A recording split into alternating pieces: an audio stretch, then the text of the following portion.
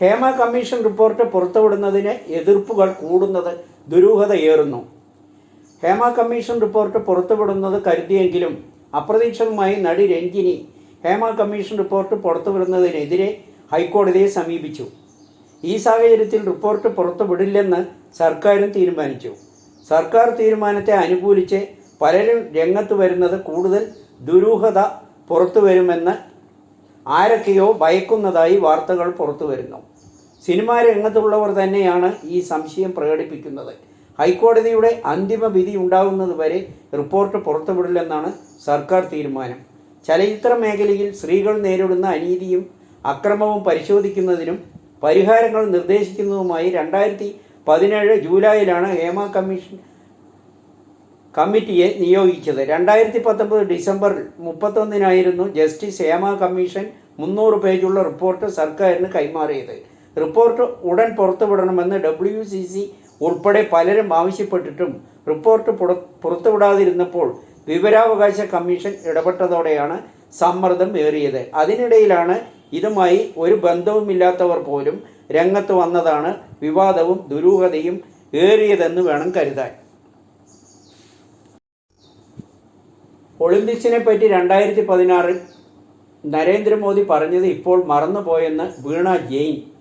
142 കോടിയിൽ കൂടുതൽ ജനസംഖ്യയുള്ള ഇന്ത്യ എന്തുകൊണ്ട് പാരീസിൽ ഒരു സ്വർണം പോലും നേടിയില്ല എന്നത് വലിയ വിവാദ വിഷയമായി മാറിയിരിക്കുകയാണ്. ഇന്ത്യ 70ാം സ്ഥാനത്തേക്ക് തള്ളപ്പെട്ടു എന്ന് വീണ ജെയിൻ വിമർശിച്ചു.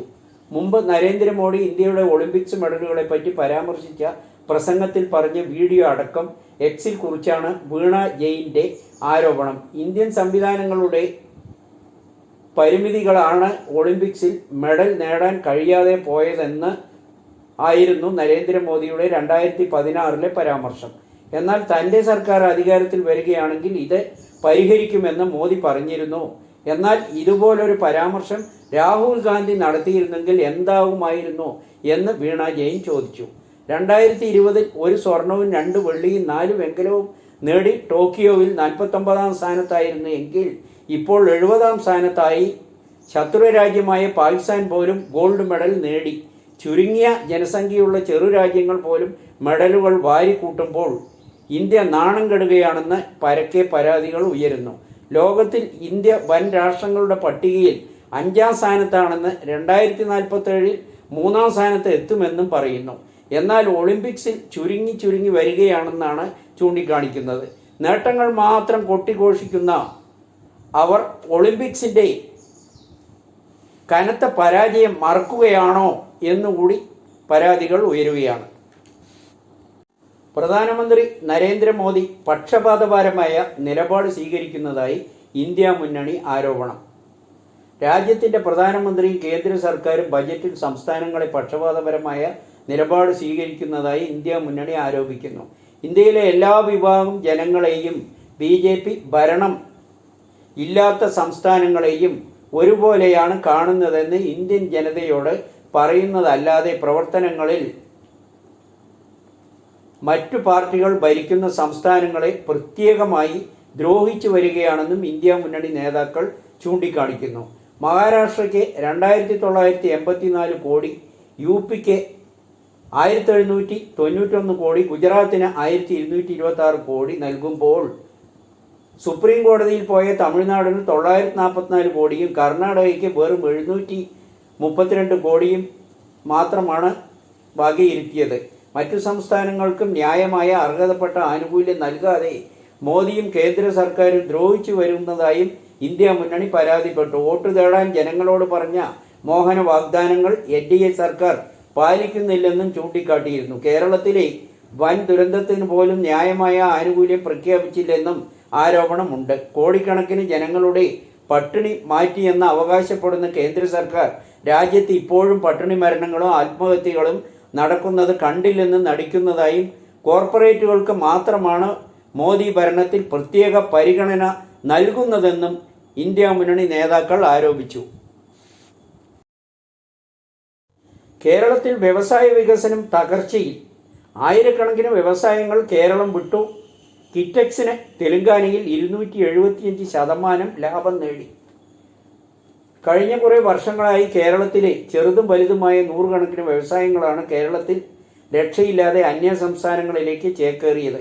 പാലക്കാട് ന്യൂ ഇൻഡസ്ട്രിയൽ ഏരിയ അടക്കം വ്യവസായ മേഖലകൾ ദിവസത്തിന് ദിവസം കാലിയാവുകയാണ്.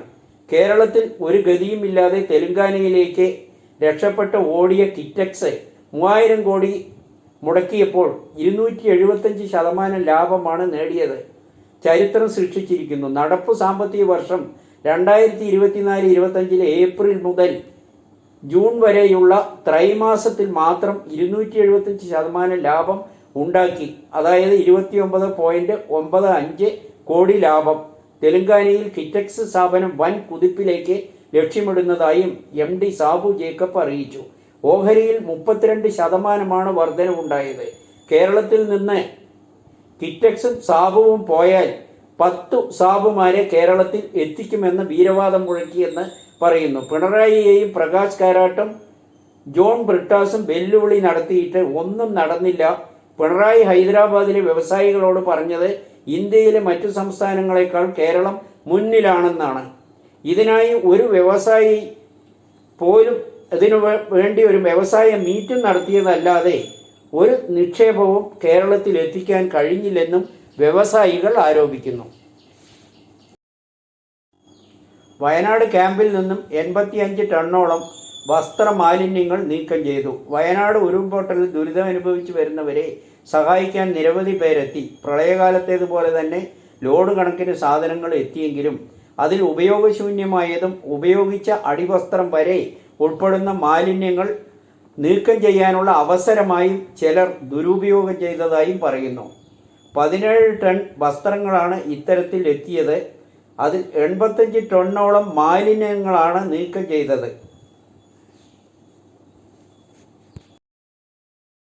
CITU നൽകിയ അപേക്ഷ പരിഗണിച്ചത് ഓട്ടോറിക്ഷക്കാർക്ക് അനുഗ്രഹമായി.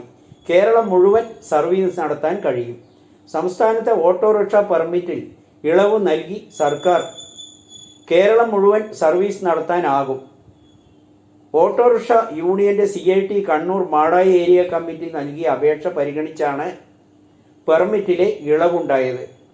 സംസ്ഥാന ട്രാൻസ്പോർട്ട് അതോറിറ്റി ഇവിടെ യോഗത്തിലാണ് തീരുമാനം. അപകട നിരക്ക് കൂടാൻ സാധ്യതയുള്ളതായി മുന്നറിയിപ്പുകൾ മുന്നോട്ട് വെച്ചുവെങ്കിലും ട്രാൻസ്പോർട്ട് അതോറിറ്റി ആ തീരുമാനങ്ങളെല്ലാം തള്ളുകയായിരുന്നു. ഓട്ടോറിക്ഷ ഇൻ ദി സ്റ്റേറ്റ് എന്ന രീതിയിൽ പെർമിറ്റാകും ഇനി മുതൽ ഉണ്ടാവുക. 20 കിലോമീറ്റർ ദൂരം വരെ പരിധിയാണ് ഇതുവരെ ഉണ്ടായിരുന്നതെങ്കിൽ ഇനി കൂടുതൽ ദീർഘദൂരം കേരളം മുഴുവനും ഓടാൻ കഴിയുമെന്നാണ് അറിയുന്നത്. കൂടുതൽ അപകടം ഉണ്ടാകുമെന്ന കണ്ടെത്തൽ തള്ളിയാണ് ഈ തീരുമാനം എടുത്തതെന്നാണ് അറിയുന്നത്.